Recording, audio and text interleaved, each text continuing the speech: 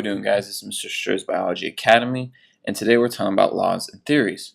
So I don't know if you guys ever thought of like, wow, what makes a law a law? Or maybe what makes a theory? And maybe you haven't because maybe you're not such of a big as a science nerd as I am. But they're two different things, and they explain a lot of things and help describe a lot of things within our natural world. So what we're looking at are those two things for today. And with that being said, our LEQ is explain how a theory cannot become a law, or a law become a theory. So we're looking at these two things, and they both are different from each other, but they also kind of work hand in hand as well, and I'll explain that through this video. So like I said before, maybe you've asked that question or not, and if not, I apologize, but you definitely have to be tested on it. So here we go. So what makes a law a law? A law describes a certain observation that has been proven to occur. So when we take that look at that picture, it says that the law of gravity is strictly enforced. That law of gravity describes, that a certain observation that gravity is occurring. We can definitely see that by just, looking right now. You guys are watching this video sitting in a seat and you're not floating up in space like you would if you were on a spaceship. But I want you to focus on that keyword describes. And you'll notice the keyword that we'll look at a theory. Once again, that law, it describes a certain observation that has been proven to occur. Gravity has been proven to occur. Now, moving on to theory. We got the theory of evolution picture down there.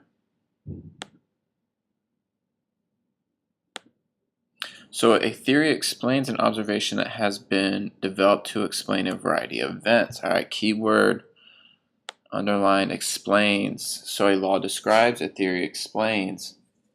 So with the theory of evolution, per se, we have an explanation that we can see, that observation of evolution can help explain, we see the resemblance, or we see these traits being passed on, or these new traits being developed, and they explain a variety of events. They explain that variety of evolution, but it doesn't describe it like a law. So once again, a law describes a certain observation that has been proven to occur, where a theory explains an observation that has been developed to explain a variety of events.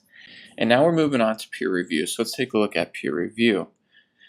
Now I have this photo here, and as you see, it says most scientists regard the new streamlined peer review process as quite an improvement.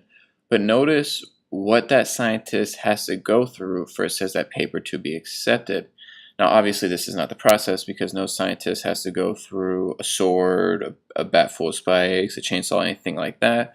But that's what peer review leads into. And what peer review says, it's when scientists share their findings to ensure their information is accurate and trustworthy, or is trustworthy and accurate.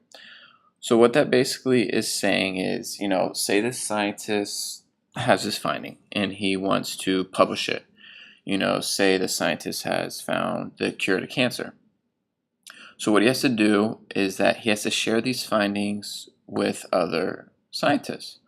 And that kind of leads us into why is peer review important on number 4. It's important is because peer review is there for quality control. It helps to ensure what someone publishes is found to be accurate.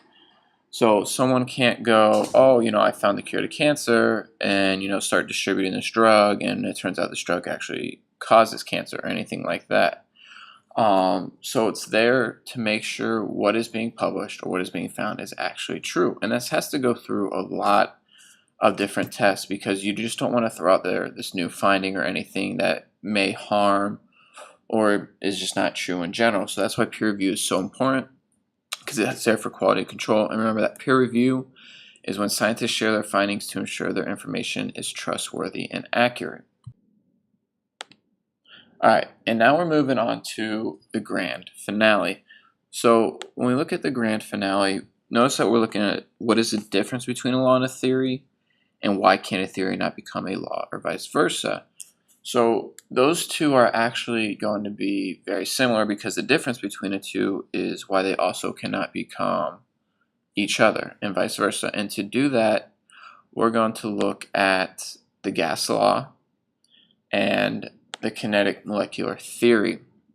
And what those two things are is that the kinetic molecular theory down here basically says that gas contains molecules or atoms that are constantly in rapid motion. Now, the gas law up there at the above says that without the help or equal volume of gases contain the same number of molecules. So we can't explain the gas law without knowing the kinetic molecular theory. So those two go hand in hand, but that theory is never going to become a law. And that gas law is never going to become a theory. That they just can't work like that. They need each other to help explain each other. But why they can't become that is because theories are used to explain how or why, while law describes what happens. So we went back to those two key words where theories explain and law describes. All right. So theories, they explain how or why the gas law can occur, and then the gas law explains, or no, sorry, the theory is what's used to explain how the gas law works and why the gas law works, while the gas law itself describes actually what's happening there. So for number 5 and number 6 there, like I said, those two go hand in hand with each other, where theories are used to explain how or why, while law describes what happens. And that is the conclusion of our video from Mr. Striz Biology Academy. Make sure you guys go on to left-hand page and take that quiz on USA Test Prep. This is Mr. Striz signing out.